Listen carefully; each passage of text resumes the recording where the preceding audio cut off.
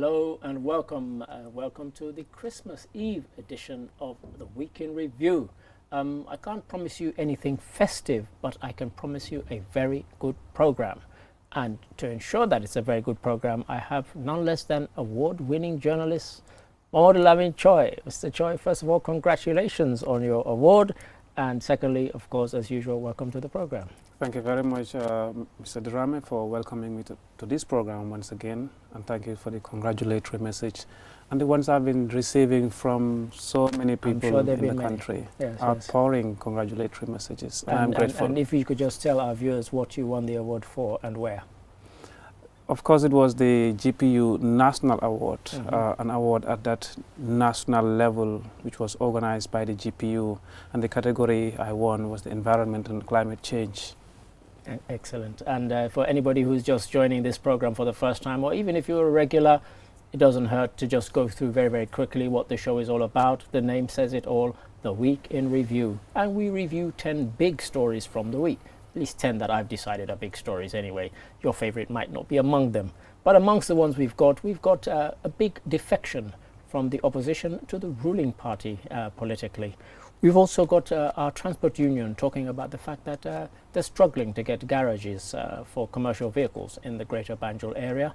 And also the Bertel Harding Highway. Those of us who traverse that particular highway, there's been some good news for us.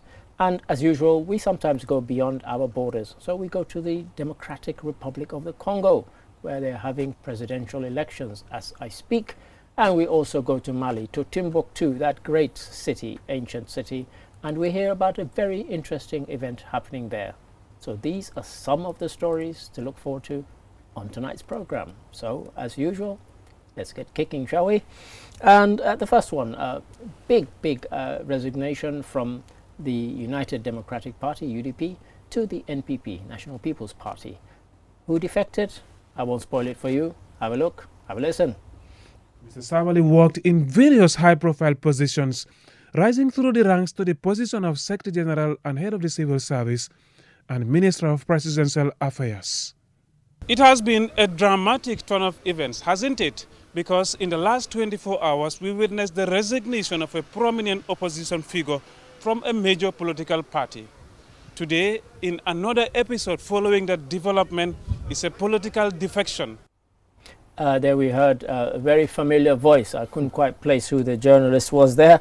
But Mr. Choi, I was going to say one of the big political stories of the week or the month, well, possibly of the year.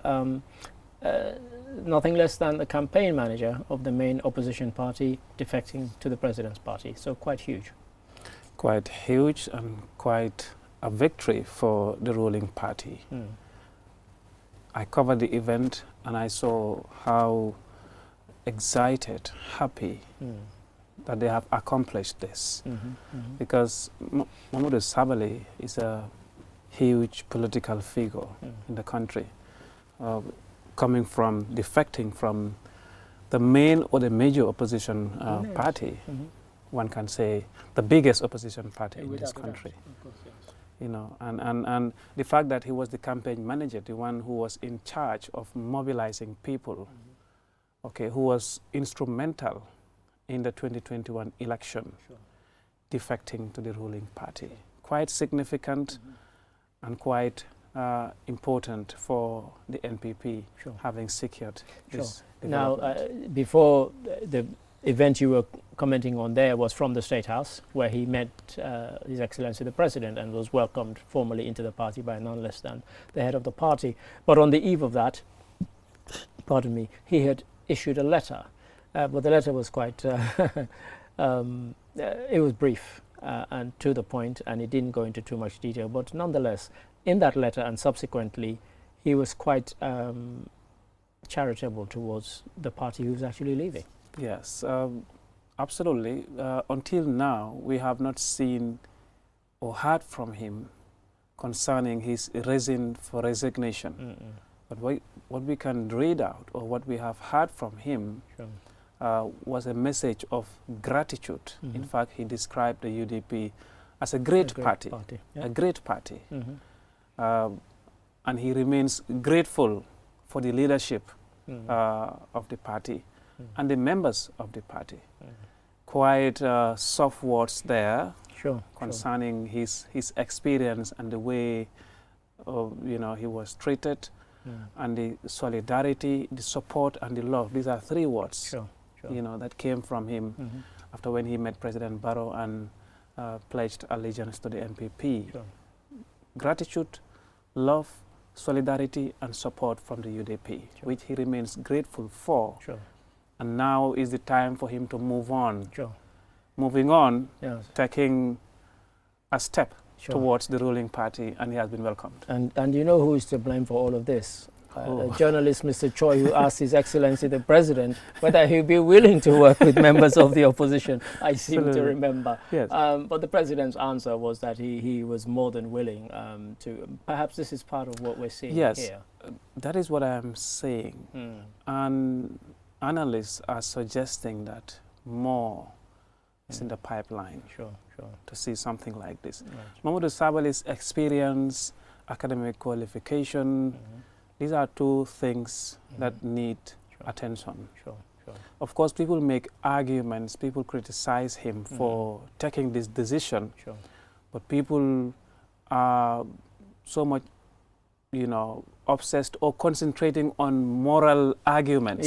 Yes. Or Has he done it for politicians, self-interest and so on? Self-interest. I've seen all moral of that. Yes. Of course, Mamadou Sabali is a citizen of this country, and he has constitutional rights. One of the rights is the right to belong to any political party he wishes. This is democracy. Of course. One day you belong to this party, you can belong to any other party. And he wouldn't be the first to be like that. This is not the first time.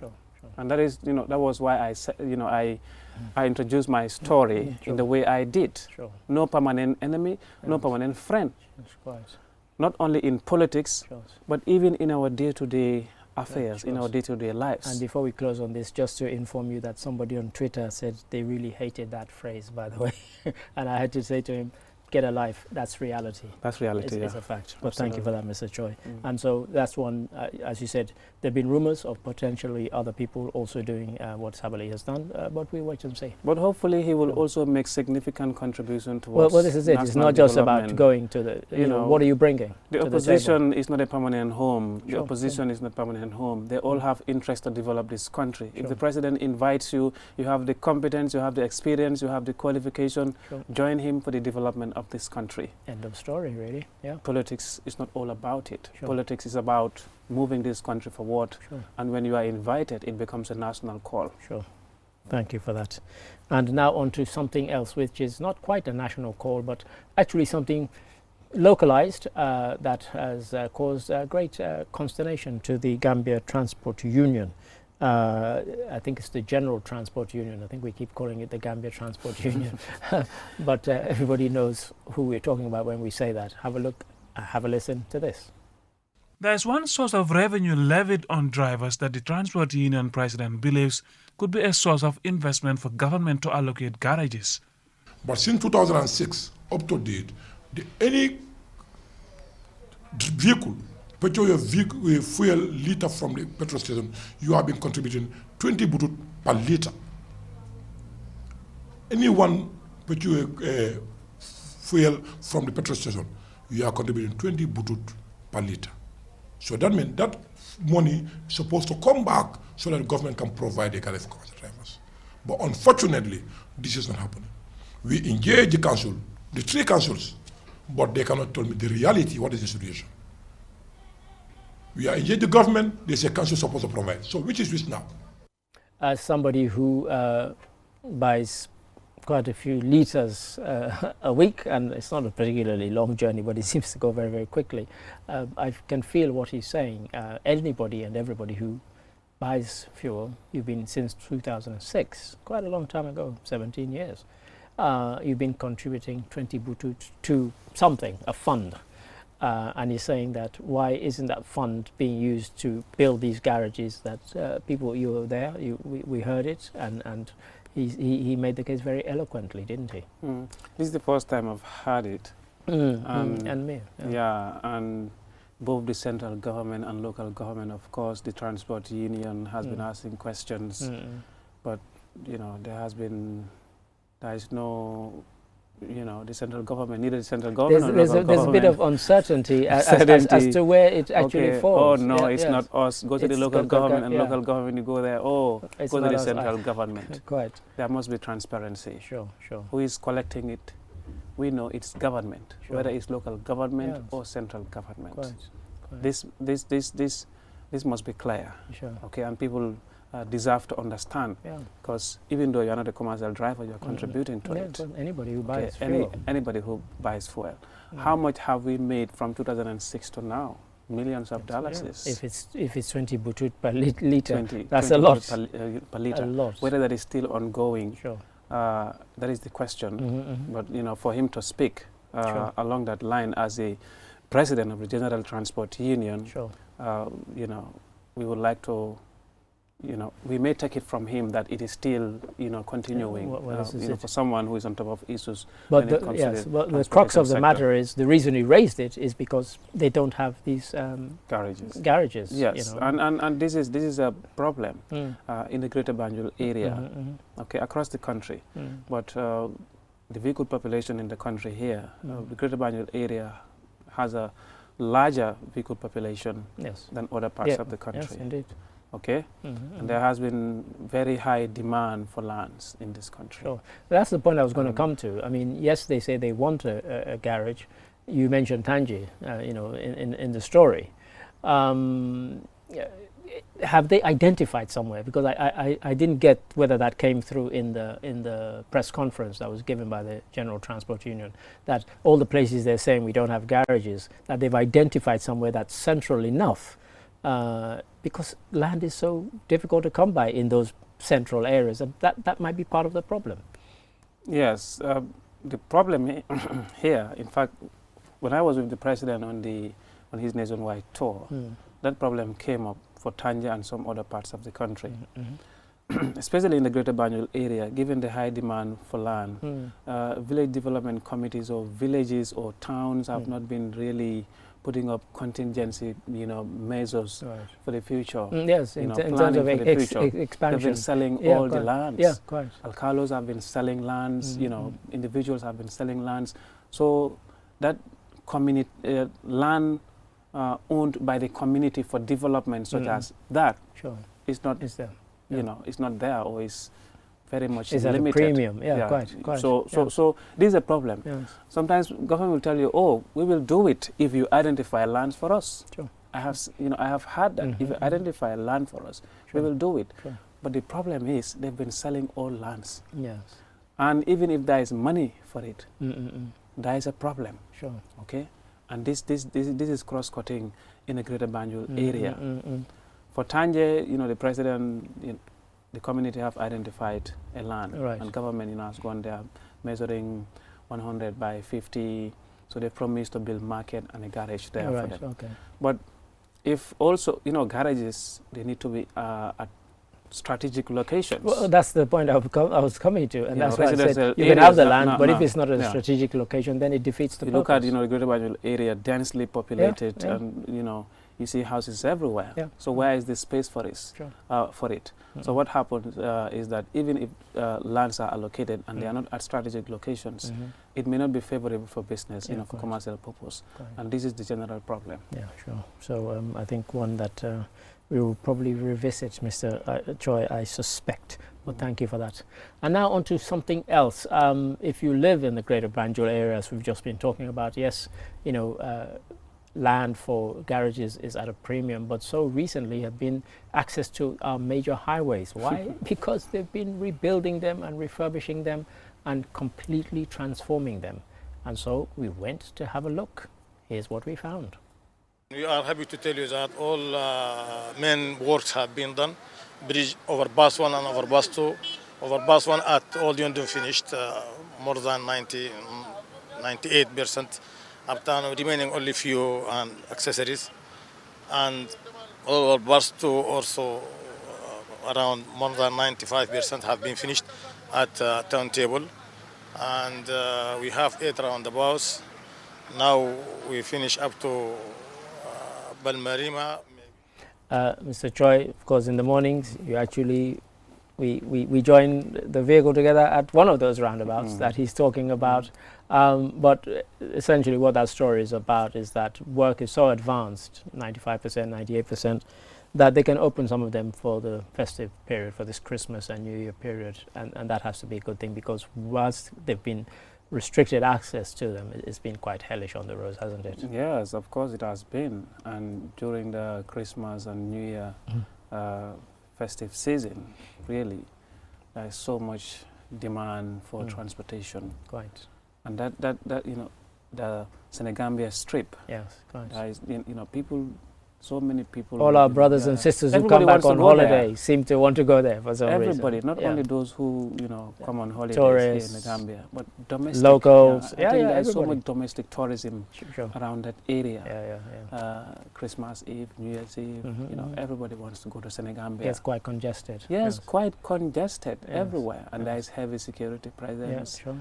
You know, thousands of people want to go there, and it's a small area also. Yeah, quite. Even, you know, Mm. we have not yet entered, or we're about to enter that season.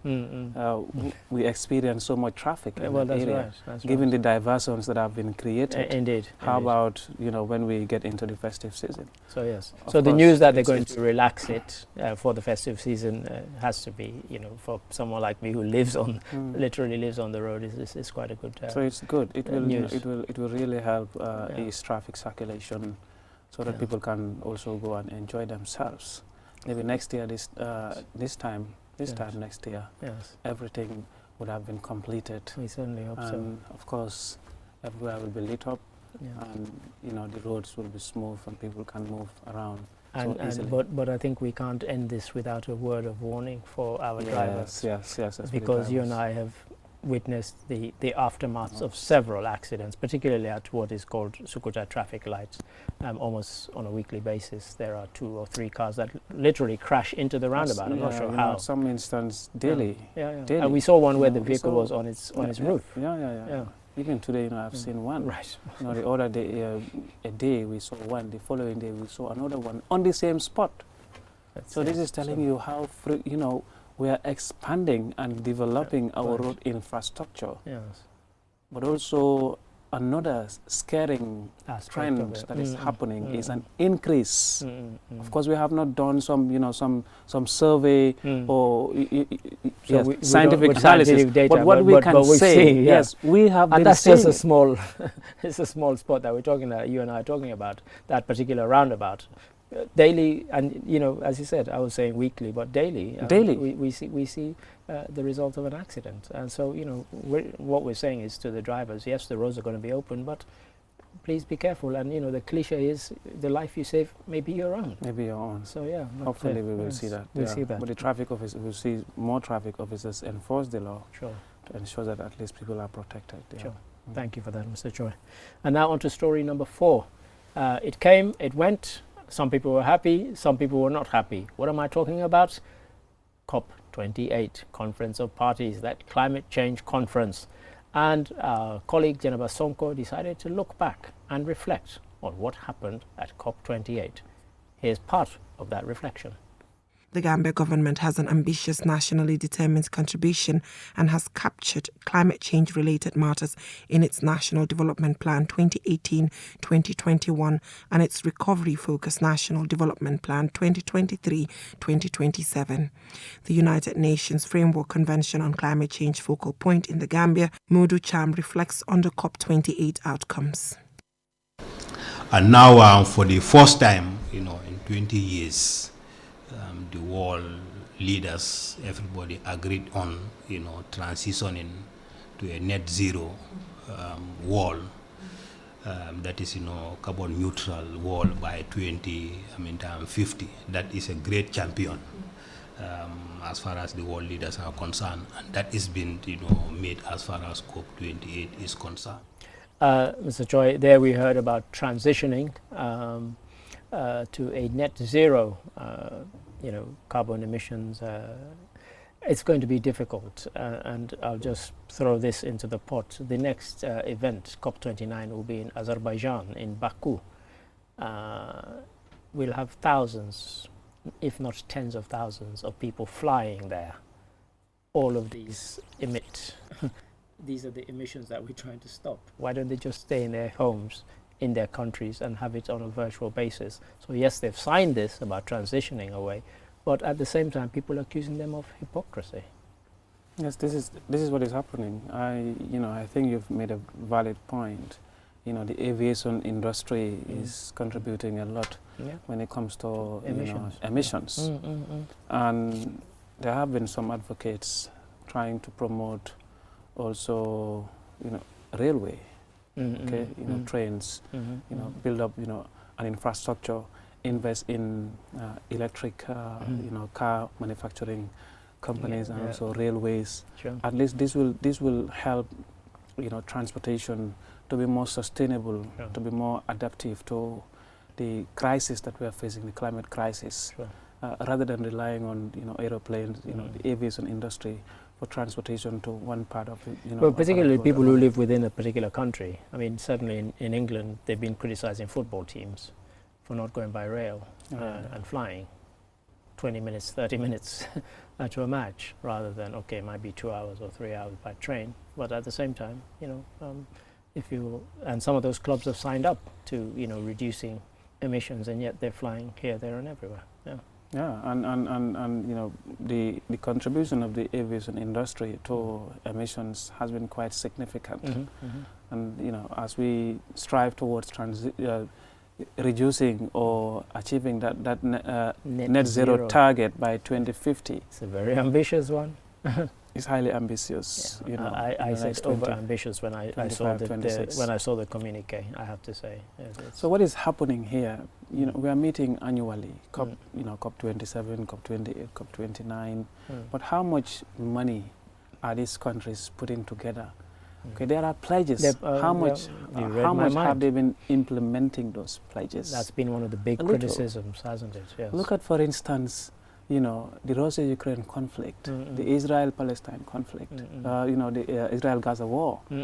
How much billions? Billions, yes. How much billions is the U.S. putting into that war? Into those two wars? Ukraine, 200 billion already. How much is the EU putting in those wars? How much have they invested in tackling global climate crisis? This is it.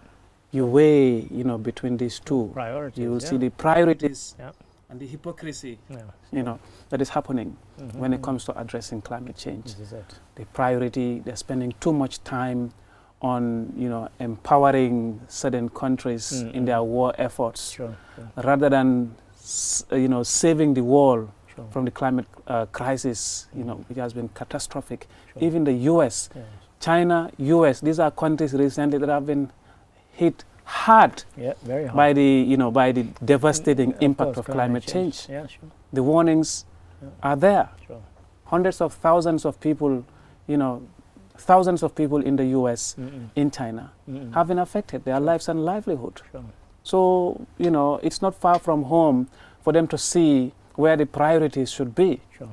And of course, small countries, developing countries, whose little mega resources. Now, our development priority, honestly, let's be frank, our development priority is not on tackling climate change. No, okay, they have gone past this stage. Yeah, quite. And they are the biggest emitters. Yeah, quite. So they must be ready to commit themselves and fulfill those pledges to tackle the problem. Look at the U.S., for instance. The new pledge that the U.S. has made as part of its new financing for developing countries is $20 million US. What can that do? Exactly. How much are they spending in Ukraine?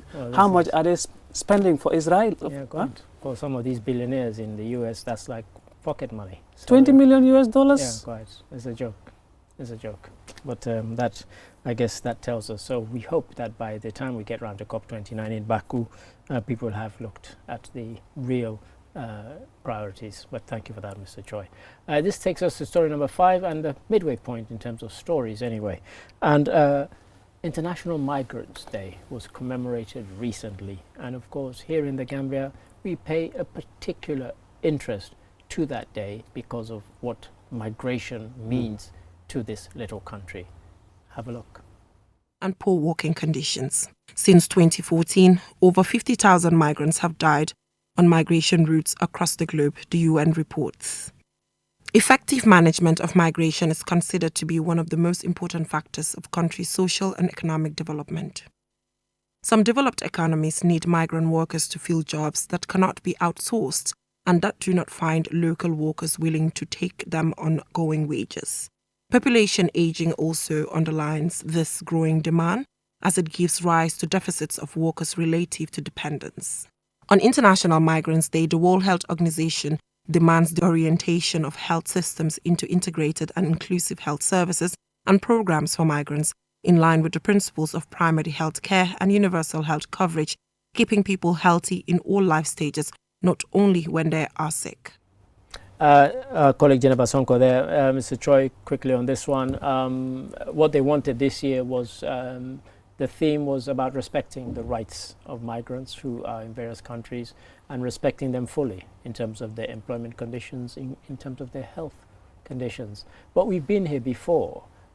These big countries in Europe, in America, and even in Asia, in some Asian countries, when they have a shortage of, there's a gap, they tell people, emigrate to this country, and when things are better, they then turn on those people and then they start attacking those same immigrants. And that's why this day they chose this particular theme, because it's a recurring theme. Every 2 decades or so, it pops up again.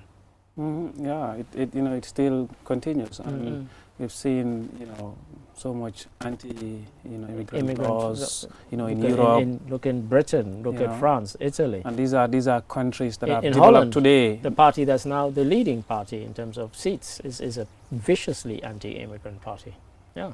So across Europe, at that in the corridors of power, we've seen parties that are anti-immigrant, taking up, gaining and winning. Yeah. And they use anti-immigration policies and in their manifestos to win elections. To get votes. So there's the conservative system there, which is really against immigrants. So these are countries that have developed. Given their immigration record. Well, it's ironic you mentioned conservative, because if we take the conservatives with the big C, the Conservative Party in Britain, more than half the cabinet are the children of immigrants, and yet they are the Prime ones, Minister. Well, of course, including the Prime Minister and some of his most himself. senior ministers, and yet they're the ones who, because they know that this plays well with certain parts of the electorate, not everywhere. They're trying to show that they're tough on immigration, and so that's the balancing act that this day like International Migrants Day tries to bring to the fore and say these things shouldn't just be, don't use people as political pawns to get seats. But human beings are human beings. They'll do whatever it takes to get people to vote for them. Just look at during the COVID-19 pandemic, when nurses and doctors were dying, how many health professionals in what we call the brain drain, on the continent. A lot of health professionals being invited to go to the, Europe and to fill those, to fill those gaps. So this shows you how significant migrant workers are in their host countries and their countries of origin, because, of course, we must all promote, regular migration. If I want to go to the UK, I have to follow due process. Okay, you must not violate, a country's laws to enter. They've been fighting that. But when you follow due process, get to that country, there must be rights that protect you also, because due process has been followed. So at the end of the day, when migrants travel to countries, be it to go there for studies, to go there to work, to go there for investment or whatsoever, it contributes towards the economic growth of that country and the economic growth of their countries of origin. Look at the Gambia, for instance. How much remittances have we been seeing? Annually, it has been increasing. This year, more than $500 million US. Much more. This is it's extraordinary. Yes, $564 million dollars. Annual figure. Annual figure. which is, of course, I stand to be corrected. I want to believe it's even more than the government's budget. It is more than the government's budget. And not only that, in 2020, the figure that was remitted from Gambians abroad placed Gambia 9th out of 55 countries in Africa. That's staggering. So we know the importance of this. And so, let us, commemorate the day, but let's use it to kind of think about, consequences. With more migration, the labor market of the host country, increases. And that also means so many economic opportunities. These migrant workers in turn will invest in that country. And they pay taxes. And they pay taxes also. Yeah. So, why not embrace them? That's right.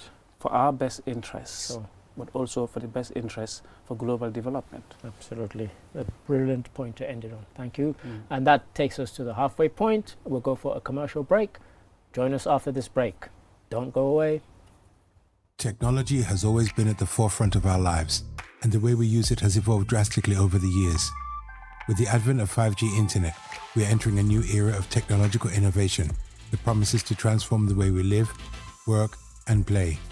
5G internet is capable of providing data speeds up to 100 times faster than 4G, making it the ideal solution for streaming high-quality videos, playing online games, and downloading large files on the go. 5G internet is already transforming cities across the globe, powering smart cities, self-driving cars, and virtual reality experiences that were once thought impossible. 5G internet is also paving the way for Internet of Things, allowing for seamless connectivity between devices and the creation of a truly connected world. For the first time in the Gambia, QCell is bringing tomorrow's technology to you today with the launch of QCell 5G internet. Get ready to experience the out-of-this-world wonders of QCell's 5G internet. For more information, call 111. QCell. We innovate, others follow.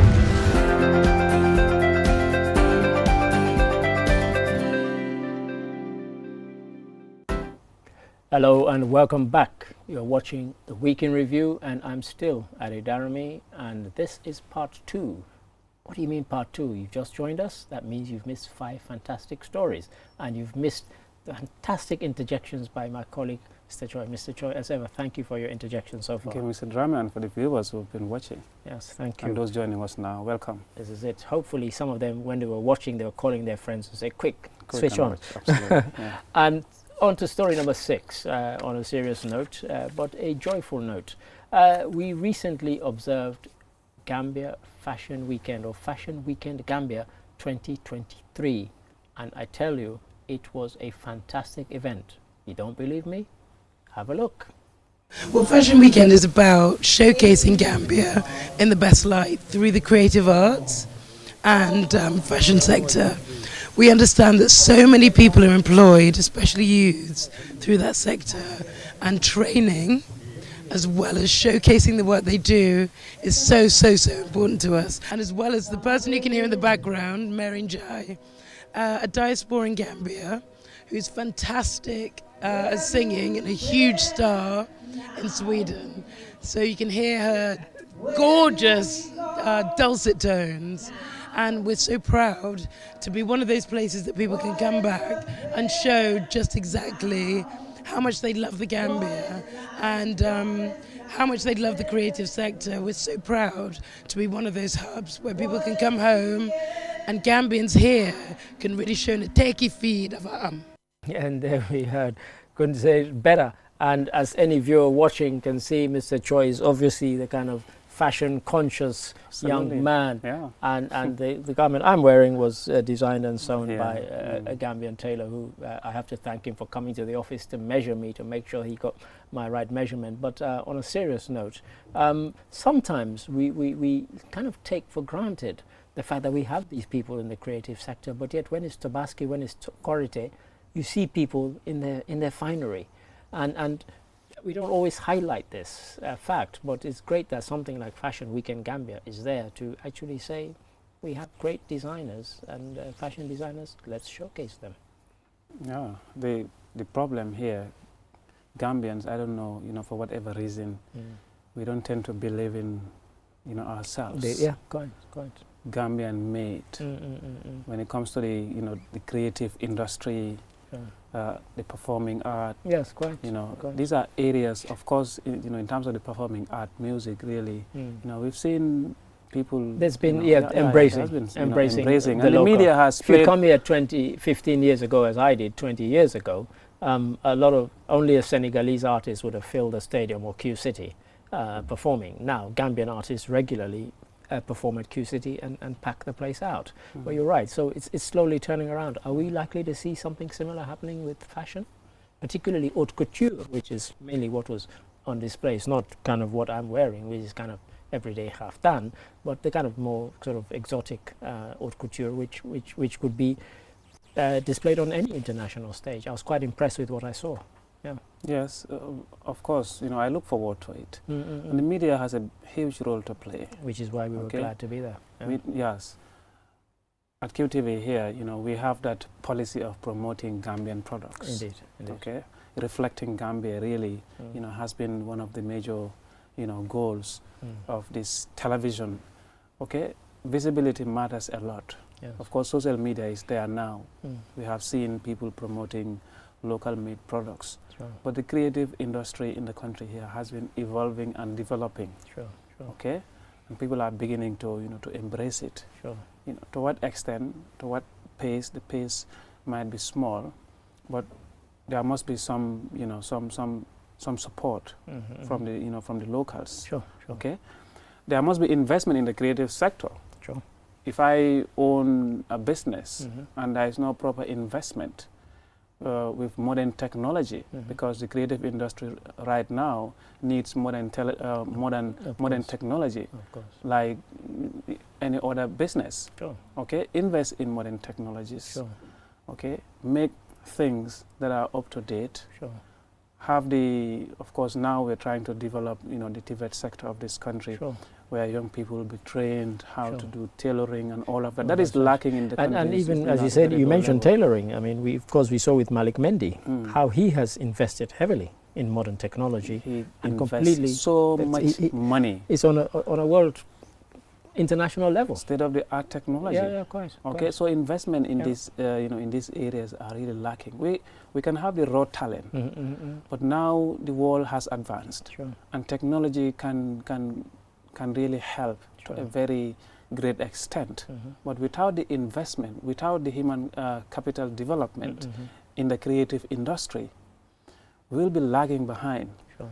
But with the right policies and, you know, the reforms and the strategies put in place by government and Sure. you know, private investors investing in this area, really can go a long way towards promoting the creative sector of this country, allowing people, of course, people want to see things that are beautiful. Exactly. When it is beautiful, Mr. Drame, irrespective of wherever you're from, whether it's made by a Gambian or not, you don't care, Sure. because it is beautiful. Sure. But something is behind that, Yeah. the financial investment and human capital development. Absolutely. Thank you for that. I heartily agree with you on that particular one. And we look forward to Fashion Weekend Gambia 2024 with great anticipation. Thank you for that. And now on to story number 7. And from home we go abroad. We go to Central Africa, where DR Congo, Tshisekedi, is about to contest. He's seeking re-election, and it's been quite a fight. Have a look, have a listen. Giving the president, Felix Tshisekedi, a healthy chance of winning against a divided opposition. However, analysts say billionaire businessman Moise Katumbi has run the best campaign and poses the strongest challenge to Tshisekedi. Just like all the other candidates, Tshisekedi has made similar promises, such as more jobs, an end to conflict in the East, and more infrastructure. The election campaign has taken place in a relatively calm environment. The incumbent held his last political rally on Sunday ahead of the Wednesday's polls in a bid to retain his seat as the leader of the Central African country. Election-related violence across the Democratic Republic of Congo risks undermining general election schedule for December 28, 2023. And there we heard our colleague Jolene Jai taking us through Tshisekedi and Moise Katumbi, one of his main contenders, a billionaire, and owner of the football club TP Mazembe. So he's quite a well-known character. I think they did some technical thing and stopped him contesting the last time, but since then he's gone to court and he's contested. But Mr. Choi, Congo, a country that I always view with a certain amount of depression, because by any rights in terms of mineral wealth, it should be not just the richest country in Africa, but in the world. And yet here we are with a country that's still, apart from the major cities which have quite developed, still a lot of underdevelopment in Congo. Yes, and it all goes down to the the political situation there. The peace and stability of that country. The country has been stable. Parts of the country, they're not even in government control. Eastern part of. So this tells you, no matter how much resources you have, no matter how much a country is endowed with natural resources, when the country is not stable, then there cannot be any development and people cannot benefit. Sure. Congo is an example. Correct. Look at Libya also. Well, this is it. How much were they benefiting when that country was peaceful? Everybody was enjoying a decent life, even without a job. Except if you were in opposition to Gaddafi, of course. Of course. let's always put the context. But Congo, yes. Congo relatively.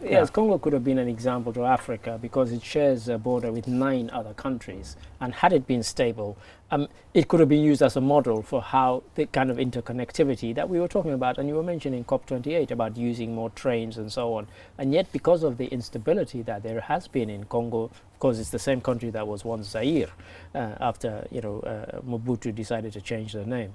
That instability has hindered its progress, and as you said, and people's lives have been terribly impacted by this. Yes, because with conflict, with instability, there is no development, and the poverty level deepens.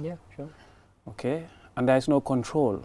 When there is conflict, the government struggles to have proper control of the country, because one part of it is controlled by the rebels. The other part also, you're trying to focus on development, tackling the war, addressing food insecurity, corruption. There are so many things. Conflict alone is enough for a country to tackle, rather than having other development priorities.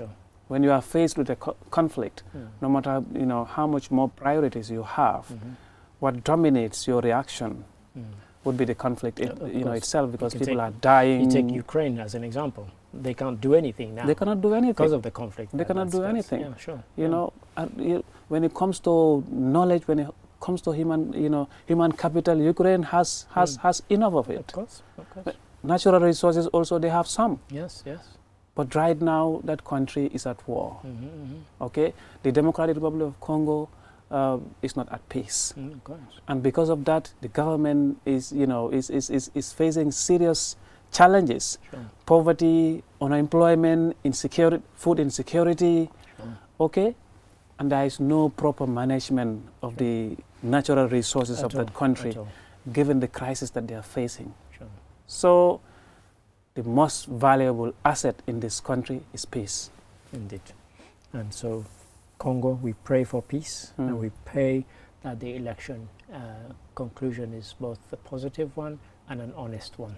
Thank you for that. I hope that people would have assessed how much this government has done to tackle the problems so far before the president is re-elected. Sure, indeed. Hopefully. And I think they've been doing that, but the turnouts have been quite low. Sadly, which is a bit depressing. Voter apathy. Yeah, quite. But thank you for that, Mr. Choi. And story number 8, here in the Gambia, and as in many other countries, you hear people who are involved in procurement, even when they work for government, suddenly becoming very, very rich.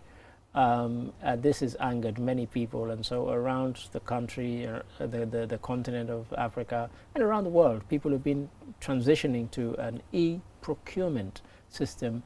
You can still cheat it, but it's much harder. So here in the Gambia, we're definitely going for that. Have a look.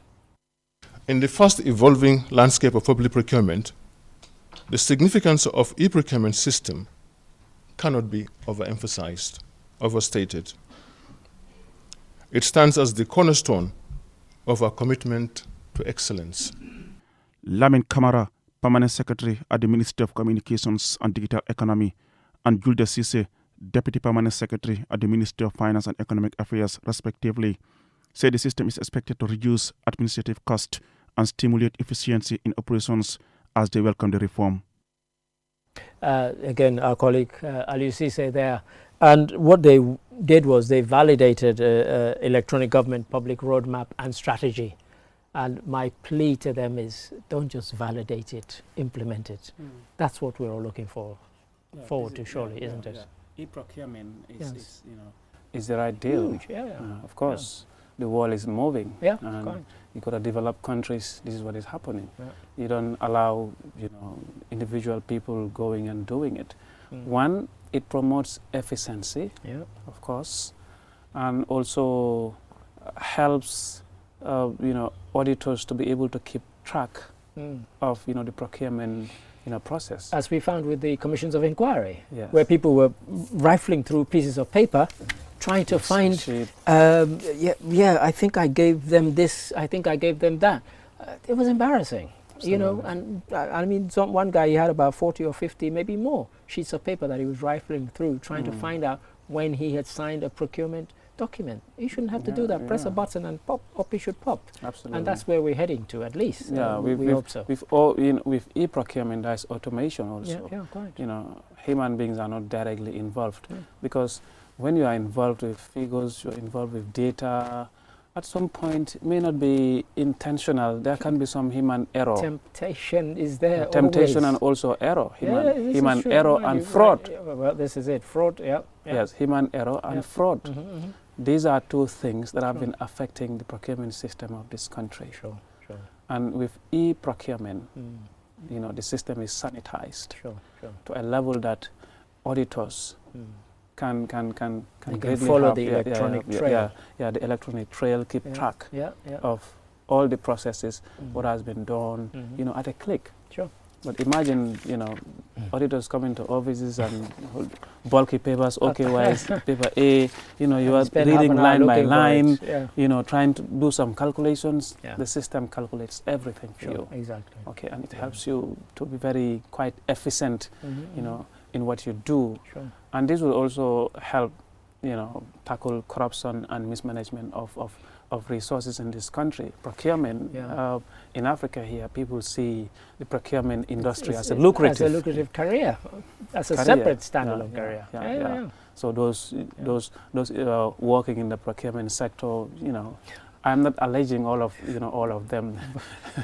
but a few.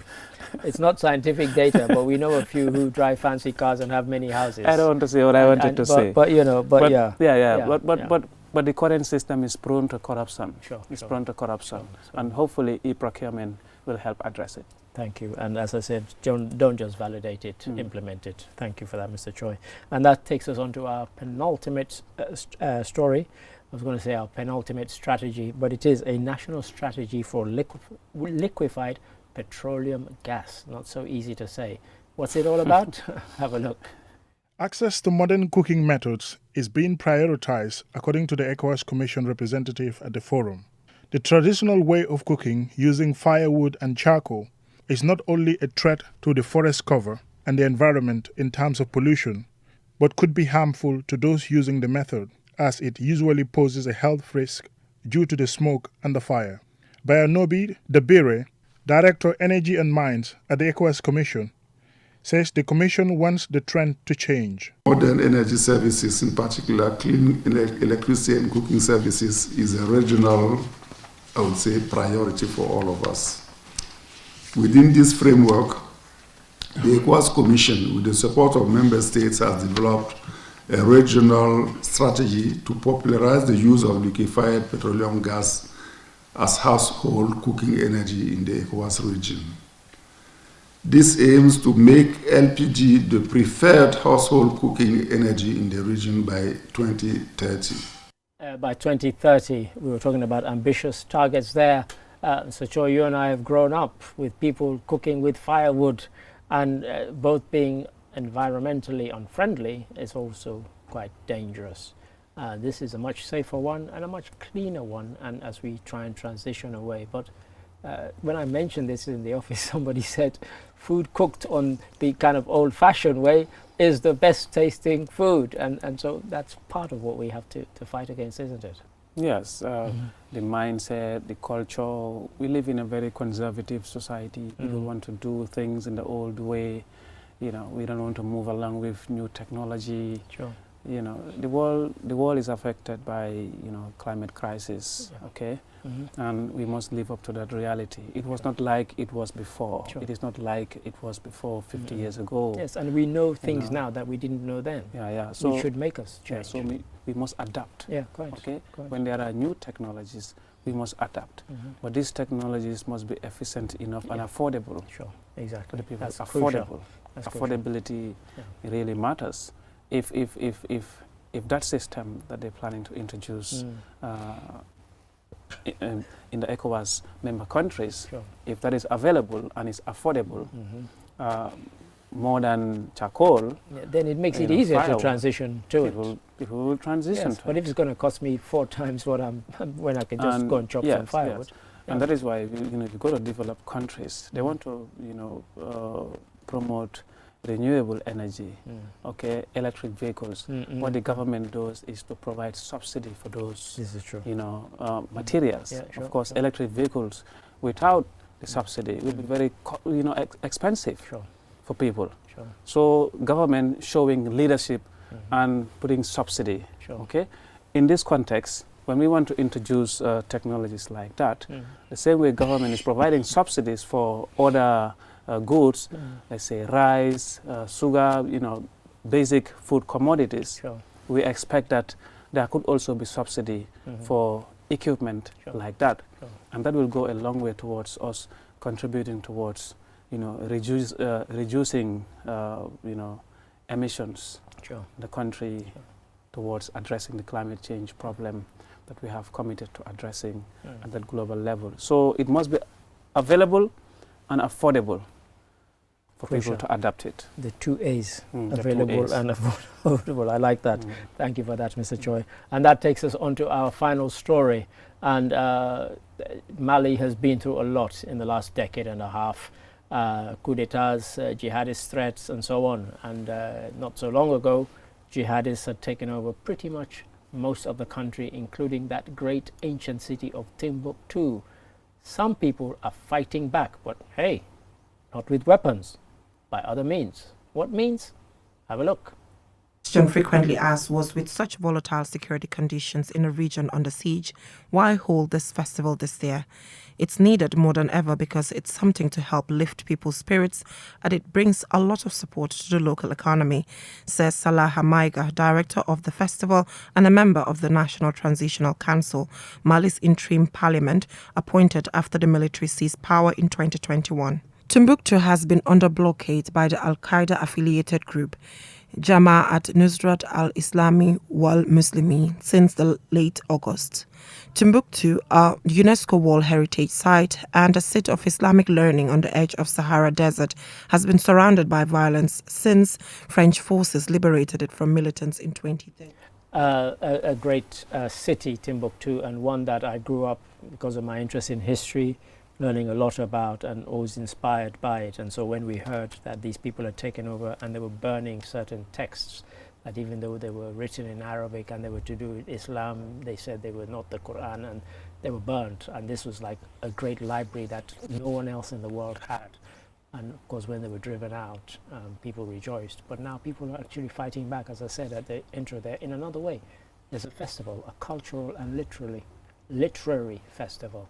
And that's really taken hold and been embraced by Malians coming from all over the world to actually take part. African history and civilization, Timbuktu is key. You know, it's at the heart of it. Absolutely. Egypt, you know, Mali.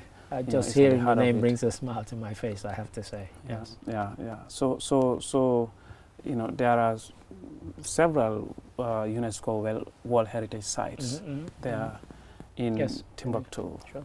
So protecting that place, okay, from conflict, because when conflict happen, these World Heritage Sites are targeted. Yeah. These are places that are usually they are common targets. Sure. Sure. Okay, Yeah. and you know it's quite unfortunate, and you know it does not only affect Mali, but it also affects African history. Yeah, of course.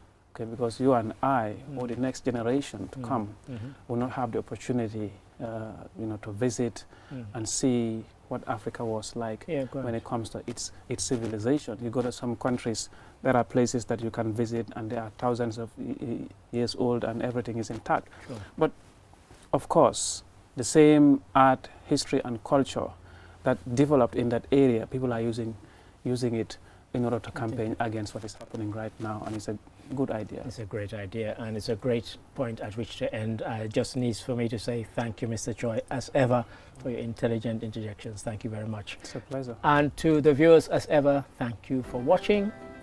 Goodbye.